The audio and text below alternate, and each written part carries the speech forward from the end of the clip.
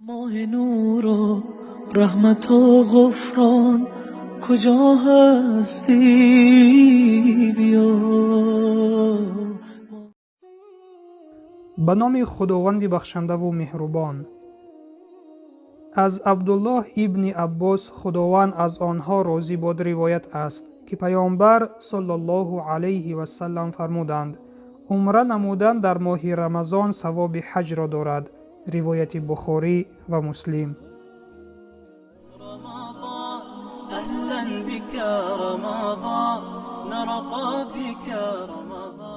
چنانه که به ما معلوم است یک مرتبه ادا کردن حج در عمر برای مسلمانی که قدرت دارد فرض می باشد. ادای عمره باشد سنت پیامبر صلی الله علیه و سلم می باشد. عمره عبارت از احرام بستن، طواف کعبه، سعی بین صفا و مروه و تراشیدن موی سر می باشد. ادای عمره تا ادای عمره دیگر پوشاننده گناهان صغیره می گردد. اما اگر ادای عمره در ماه مبارک رمضان باشد ثوابش بیشتر و برابر به ثواب حج است، گرچند با انجام دادن عمره حج فرضی ساقط نشود، لیکن به سبب این ماه شریف، به برکت این ماه شریف، هر یک عمره که در این ماه انجام داده می شود ثوابش برابر ثواب حج است.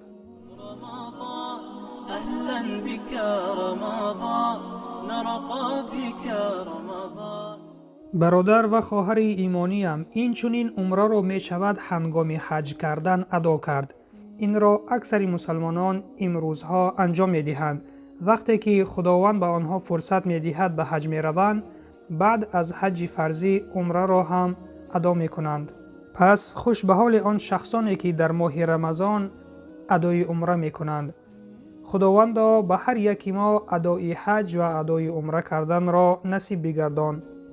و سلام بر آن شخصانی که راه هدایت را پیشه گرفتند.